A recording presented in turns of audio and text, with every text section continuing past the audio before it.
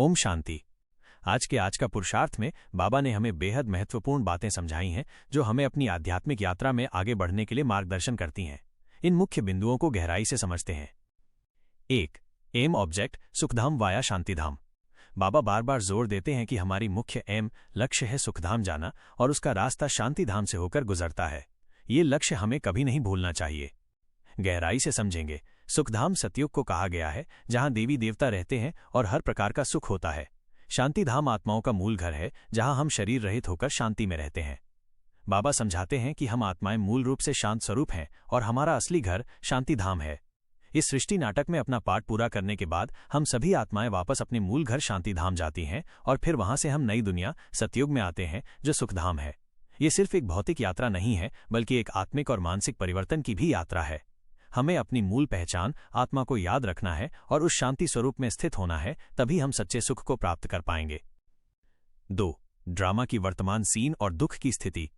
बाबा कहते हैं कि इस समय ड्रामा में टोटल दुख की सीन चल रही है। अगर किसी को थोड़ा बहुत सुख भी मिलता है तो वो अल्पकाल कागविष्टा समान है। गहराई से समझेंगे। बाबा हमें साक्षी होकर इस कलयुगी दुनिया की वास्तविक स्थिति को देखने के लिए कहते हैं। आज चारों ओर अशांति, दुख, बीमारियां और आपदाएं हैं।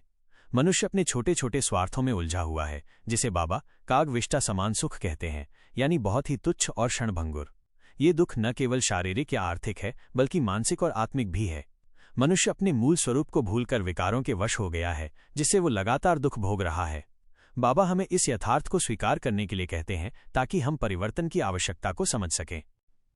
3. स्वधर्म में टिकना और बाप की याद।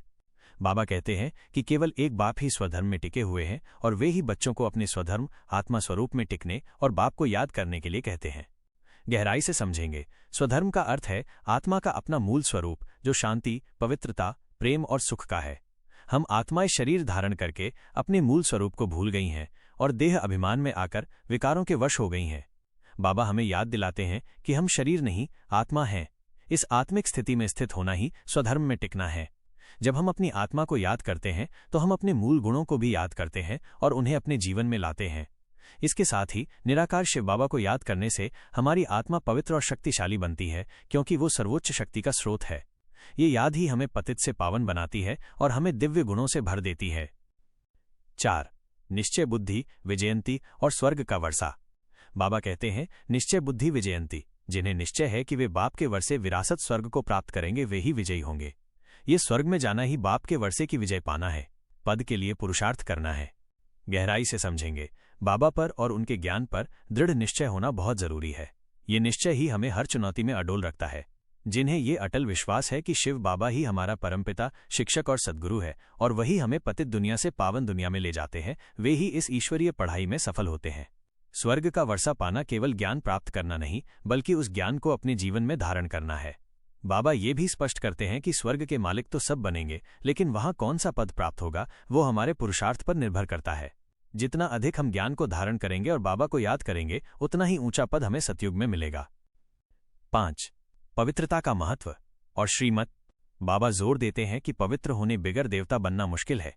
बाबा की श्रीमत, श्रेष्ठ मत ही हमें श्रेष्ठ देवता बनने की शिक्षा देती है। गहराई से समझेंगे। पवित्रता का अर्थ केवल ब्रह्मचर्य का पालन करना नहीं है बल्कि मन, वचन और कर्म से भी पवित्र बनना है। इसका मतलब है कि हमारे संकल्प, शब्द और कर्म में कोई विकार, काम, क्रोध, लोभ, मोह, अहंकार नहीं होना चाहिए। पवित्रता ही ईश्वरीय गुणों का आधार है। जो आत्माएं पवित्र नहीं होती वे देवी देवता बन ही नहीं सकती, क्योंकि देवताएं पवित्रता की मूर्ति होती हैं। बाबा की श्रीमत ही एकमात्र ऐसी शिक्षा है जो हमें इस विकारी दुनिया से निकालकर पवित्र और श्रेष्ठ देवी देवता बनाती है। ये श्रीमत हमें हर कदम पर सही और श्रेष्ठ मार्ग दिखाती है। आत्मनिरीक्षण और पश्चाताप। बाबा कहते हैं कि हमें अंतर्मुख होकर अपना चार्ट रखना चाहिए और ये पूछना चाहिए कि मेरे में कोई अवगुण तो नहीं है। अपनी भूलों का पश्चाताप करने से हमें योगबल से खुद को माफ करने की शक्ति मिलती है। गहराई से समझेंगे। बाबा हमें केवल बाहरी दुनिया को देखने के बजाय अपने अंदर झांकने के लिए प्रोत्साहित करते हैं। नियमित आत्मनिरीक्षण, अपना चार्ट रखना बहुत महत्वपूर्ण है। हमें ईमानदारी से अपनी कमियों, अवगुणों और विकर्मों को देखना चाहिए। जब हम अपनी भूलों को स्वीकार करते हैं और उनके लिए सच्चा पश्चाताप करते हैं, यानी भविष्य में उन्हें न दोहराने का दृढ़ संकल्प करते हैं, तो हमारी आत्मा शुद्ध होती है। बाबा स्पष्ट करते हैं कि वे किसी को क्षमा नहीं करते, क्योंकि ड्रामा अनादि है और हर आत्मा अपने कर्मों का फल भोगती है। हमें अपनी मेहनत से ही अपने विकर्मों को खत्म करना है। योग बल याद की शक्ति से हम अपने आप पर रहम करते हैं और अपनी आत्मा को पापों से मुक्त करते हैं। 7. तीव्र पुरुषार्थ और समय की कमी। बाबा कहते हैं कि टाइम थोड़ा होता जाता है। हमें अपनी जांच करनी चाहिए कि हम कहाँ तक खुशी में रहते हैं और कोई विकर्म नहीं करना है। तूफान तो आएंगे। गहराई से समझेंगे, संगम युग का समय सीमित है। ये कल्प का वो छोटा सा समय है जब पुरानी दुनिया बदल रही है और नई दुनिया की स्थापना हो रही है। इसलिए हमारे पास पुरुषार्थ करने के लिए बहुत कम समय है। हमें इस समय का सदुपयोग करना है और अपने पुरुषार्थ को तीव्र करना है। खुशी में रहना बाबा की याद और ज्ञान को धारण करने का एक संकेत है। तूफान, विकारों के प्रभाव, परिस्थितियां तो आएंगे ही, लेकिन हमें उनसे विचलित नहीं होना है। अपनी खुशी और पवित्रता को बनाए रखना है। 8. संकल्पों की शक्ति और विजय। बाबा समझाते हैं कि हम आत्माएं संकल्प शक्ति हैं। एक तरफ बाबा हमें पॉजिटिव और शक्तिशाली संकल्पों से भर रहे हैं और दूसरी तरफ सारी दुनिया की आत्माएं व्यर्थ और नेगेटिव संकल्पों से भरी हुई हैं, वे हार चुकी हैं। हमारे ईश्वरीय संकल्पों की ताकत आसुरी ताकतों पर विजय प्राप्त करेगी। गहराई से समझेंगे, ये बहुत महत्वपूर्ण बिंदु है।